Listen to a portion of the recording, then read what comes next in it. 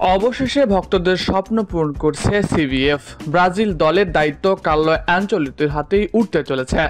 তাই এই নিয়ে বিস্তারিত জানতে হলে ভিডিওটি না টেনে শেষ পর্যন্ত দেখতে থাকুন।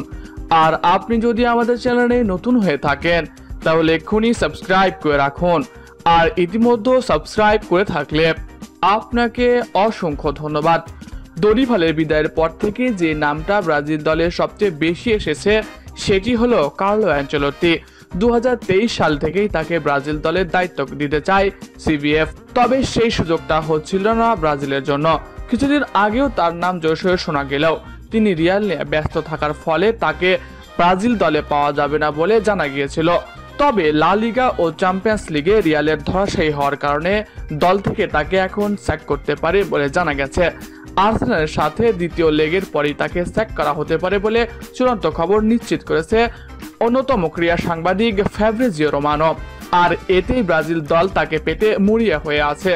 ব্রাজিলের কোচ হিসেবে প্রথম পছন্দ কার্লো অ্যানচেলোত্তি। তার মতো কোচ পেলে সত্যি ব্রাজিল দল উপকৃত হবে। আগামী মে মাসে ব্রাজিল কোচ নিয়োগ দিবে বলে জানিয়েছে সিবিএফ প্রেসিডেন্টও। কার্লো অ্যানচেলোত্তির সাথে ইতিমধ্যে যোগাযোগ করেছে ব্রাজিল। কার্লো চুক্তি সম্পন্ন করবে বলে আশ্বাস করেছে সিবিএফকে। সিবিএফ এবং কার্লো অ্যানচেলোত্তি দুই পক্ষের মধ্যে ইতিবাচক সাড়া রয়েছে।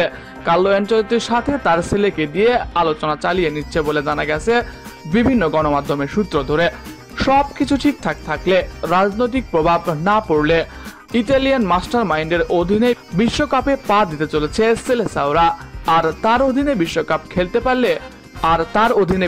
খেলতে পারলে ব্রাজিল ভালো কিছু করবে এমনই একটা সম্ভাবনা রয়েছে। ফ্যান ফেভারিট অনেক খেলোয়াড়ও দলে ফিরবে বলে জানা যাচ্ছে। ইতিমধ্যে ব্রাজিল দলকে নতুন করে সাজাবে বলে জানা গেছে। ব্রাজিল ফেডারেশন এমন একটা উদ্যোগ সবচেয়ে ভালো লেগেছে। তারা ইউরোপীয় কোচের ব্যাপারে বেশি আগ্রহী। ব্রাজিল দলের জন্য একটা উন্নত মানের কোচ নিয়োগে তারা একদম চূড়ান্ত সিদ্ধান্ত নিয়েছে। প্রিয় দর্শক, ব্রাজিল দলে যদি কার্লো অ্যানচেলোত্তি দায়িত্ব দেওয়া হয় তাহলে আপনার কেমন লাগবে কমেন্ট করে জানাতে পারেন আপনার মতামত। এছাড়াও খেলাধুলার সকল আপডেট সবার আগে পেতে হলে আমাদের চ্যানেলটি সাবস্ক্রাইব করতে ভুলবেন না। ধন্যবাদ সবাইকে।